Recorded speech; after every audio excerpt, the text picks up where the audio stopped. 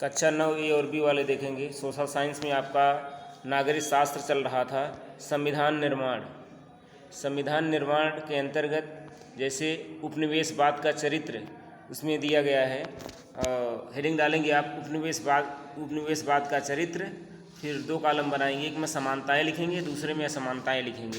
तो उपनिवेशवाद के चरित्र में समानताएं क्या थीं? जैसे 17वीं और 18वीं सदी के दौरान व्यापार करने आई यूरोप की कंपनियों ने दक्षिण अफ्रीका को भी हथियारों और जोर ज़बरदस्ती से गुलाम बनाया, जैसे उन्होंने भारत को गुलाम बनाया था।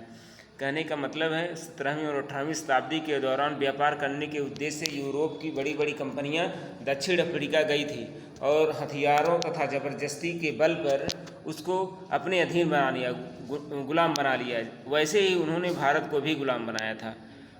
फिर दूसरे हेडिंग में आप डालेंगे असमानताएं। असमानताएं उसमें क्या थी? भारत के उलट काफ़ी बड़ी संख्या में गोरे लोग दक्षिण अफ्रीका में बस गए और उन्होंने स्थानीय शासन को अपने हाथों में ले लिया था। जैसे भारत में सभी गोरे लोग आकर के बसे नहीं थे, केवल अपनी हुकूमत यहाँ कर रहे थे। लेकिन जब वो दक्षिण अफ्रीका गए थे तो अधिक संख्या में लोग वहाँ पे बस गए और स्थानीय शासन को अपने हाथों में लेकर वहाँ पर शासन करने लगे। अब इसी के अंतर्गत अगली हेडिंग है, हमें संविधान की ज़रूरत क्यों है? प्रश्न आपका बन सकता है, हमें संविधान की ज़रूरत क्यों है? अब उसमें देखिए, किसी भी देश की शासन व्यवस्था को अच्छी तरह से चलाने में संविधान की महत्वपूर्ण भूमिका होती है।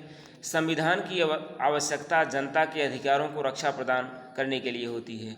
संविधान की जो आवश्यकता होती है वो जनता के अधिकारों को उनकी रक्षा के लिए होती है, ना कि उनके दमन के लिए, चाहे जनता बहुसंख्यक वर्ग से हो या अल्पसंख्यक वर्ग से हो।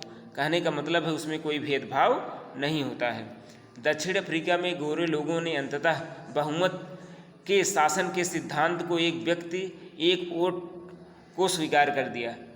कहने का मतलब है दक्षिण अफ्रीका में गोरे लोगों ने अंततः बहुमत के शासन के सिद्धांत और एक व्यक्ति एक वोट को स्वीकार कर लिया था। साथ ही ये गरीब लोगों को मजदूरों के कुछ अधिकारों के लिए भी सहमत हो गए थे। अश्वेत लोग इस बात पर सहमत हुए कि केवल बहुमत के आधार पर ही सभी फैसले नहीं होंगे। इसीलिए उन्होंने कुछ नियम बनाए, क्योंकि अगर बहुमत के आधार पर होता तो जैसे दक्षिण अफ्रीका में वहाँ के जो स्थानीय निवासी थे उनकी संख्या ज़्यादा थी, इस वजह से उन्होंने बहुमत के आधार पर उसे माना नहीं, जिनका पालन सभी को तथा भविष्य में चुने जाने वाली सरकार को भी करना होगा। इन्हीं नियमों के लिखित रूप को संविधान की संज्ञा दी गई। इसीलिए यह कहा जा सकता है, डबल ए नोट का हम लिखेंगे नई लाइन से, किसी भी देश का संविधान लिखित नियमों का एक दस्तावेज होता है जिसके नियमों को देश के सभी लोगों द्वारा स्वीकार किया जाता है। इन्वर्टर कामा बंद। अब हेडिंग डालेंगे संविधान की आवश्यकता। तो इसमें लिखेंगे संविधान की आवश्यकता से संबंधित मुख्य तथ्य इस प्रकार हैं। उसमें नंबर 1 डालेंगे, यह विभिन्न प्रकार के लोगों के मध्य विश्वास और सहयोग विकसित करता है। नंबर 2, यह स्पष्ट करता है कि सरकार का गठन कैसे होगा और किसे फैसला लेने का अधिकार होगा। नंबर 3 में लिखेंगे, यह सरकार के अधिकारों की सीमा निर्धारित करता है, हमें बताता है कि नागरिकों के क्या अधिकार हैं। नंबर 4, यह अच्छे समाज के गठन के लिए लोगों की आकांक्षाओं को व्यक्त करता है। नंबर 5, जिस देश में संविधान है वे सभी लोकतांत्रिक शासन वाले हों, यह आवश्यक नहीं है, लेकिन जिन देशों में लोकतांत्रिक शासन है वहाँ संविधान अवश्य होना चाहिए। इसी के अंतर्गत अगली हेडिंग डालेंगे भारतीय संविधान का निर्माण। भारतीय संविधान का निर्माण, दक्षिण अफ्रीका की ही भांति भारत का संविधान भी बहुत कठिन परिस्थितियों के दौरान बना। भारत जैसे विशाल और विविधता भरे देश के लिए संविधान बनाना आसान काम नहीं था, क्योंकि भारत में अनेक प्रकार के धर्म के लोग थे, अनेक प्रकार की जातियाँ, अनेक प्रकार के संप्रदाय और अनेक प्रकार के भाषाओं के बोलने वाले भी थे। भारत के लोग जब गुलामी की स्थिति से निकलकर नागरिक की स्थिति पाने जा रहे थे, देश में धर्म के आधार पर हुए बंटवारे का कष्ट झेला था। भारत और पाकिस्तान के लोगों ने बंटवारा बर्बादी और दिल दहलाने वाला अनुभव था। विभाजन से जुड़ी हिंसा में सीमा के दोनों ओर कम से कम 10 लाख लोग मारे जा चुके थे।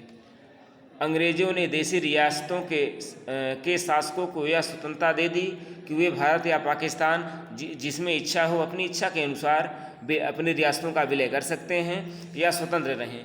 इन रियासतों का विलय कठिन और अनिश्चित भरा काम था। जब संविधान लिखा जा रहा था तब देश का भविष्य इतना सुरक्षित और चैन भरा नहीं लगता था जितना आज है। संविधान निर्माताओं को देश के वर्तमान और भविष्य की चिंता थी।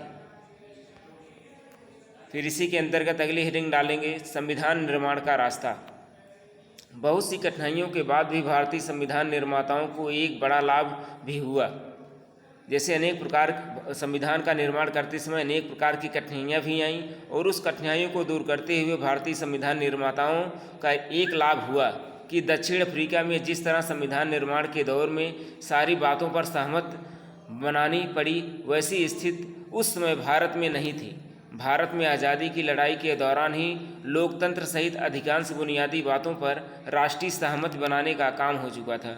हमारी राष्ट्रीय आंदोलन केवल एक विदेशी सत्ता के विरुद्ध संघर्ष भर नहीं था। यह न केवल अपने समाज को फिर से जगाने का बल्कि अपने समाज और राजनीति को बदलने के नए सिरे से गठन का आंदोलन भी था।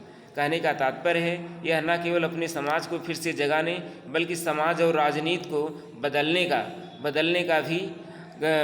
के लिए एक गठन करने का आंदोलन भी चलाया गया था। स्वतंत्रता के बाद भारत को किस रास्ते पर चलना चाहिए, इसे लेकर स्वतंत्रता के संघर्ष के दौरान भी तीखे मतभेद थे।